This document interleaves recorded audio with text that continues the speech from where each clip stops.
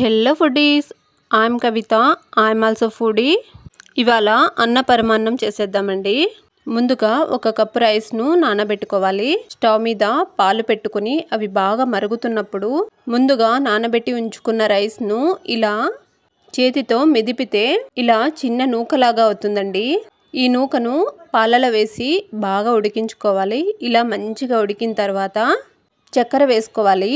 చక్కెర సగం స్వీట్కి సరిపోయేలాగా వేసుకోండి. అంటే తర్వాత మనం బెల్లం వాటర్ని కూడా వేస్తాం కదా, అందుకని.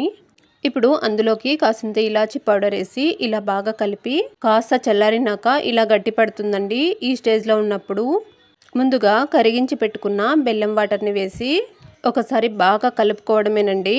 అంతేనండి, ఈజీగా పరమాన్నం రెడీ. ఇంట్లో ఏ స్వీటు లేనప్పుడు ఇలా కూడా ప్రిపేర్ చేసుకొని తినొచ్చు. ఎలా ఉందండి? మీకు కూడా నచ్చిందా? నచ్చితే మాత్రం లైక్ అండ్ సబ్స్క్రైబ్.